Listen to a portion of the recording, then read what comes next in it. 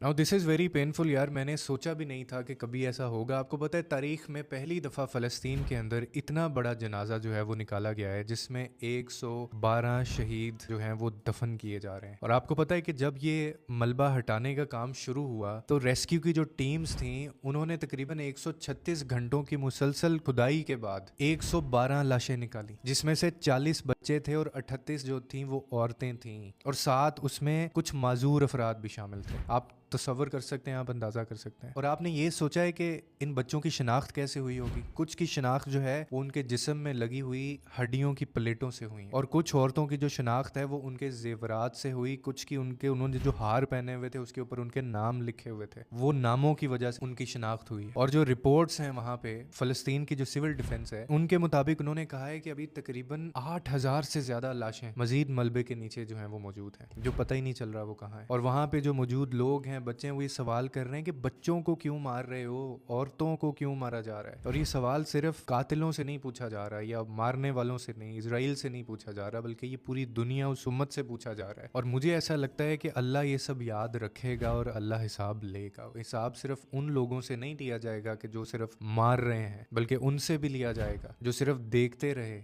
और बोले नहीं और आवाज़ नहीं उठाई। अब तो इसकी वो ट्रेंडिंग पे ये चीज़ें नहीं आ रही क्योंकि रिपोर्टिंग बंद कर दी गई है। कुरान के अंदर एक पूरी कौम के बारे में बताया गया जिसने बुराई की और उन लोगों के बारे में जो खामोश रहे, और फरमाया कि नजात सिर्फ उन लोगों को मिली थी जिन्होंने मना किया हुआ था। और आप सोच सकते पूरी दुनिया के कितने कवानीन हैं, कितने लोग हैं, कितनी मशीनरी है। वो लोग जो मलबे उठा रहे हैं वो कहते हैं हमें सिर्फ 10 मशीनें दे दो, हम मलबा उठा लें और लाशें इनके नीचे जो है हम वो। जब आप ये जनाजा देखते हैं तो आपकी रूह तक कांप जाती है कि 44-50 बच्चे इसमें शामिल थे यार। उनकी तस्वीरें उन्होंने उसके ऊपर लगाई हुई है। पूरी दुनिया खामोश है, इंटरनेट ब्लैक आउट कर दिया गया, वहां पे बिल्कुल नहीं उनका पता चल रहा, और लोग तो अब इसके ऊपर बात भी नहीं कर रहे हैं।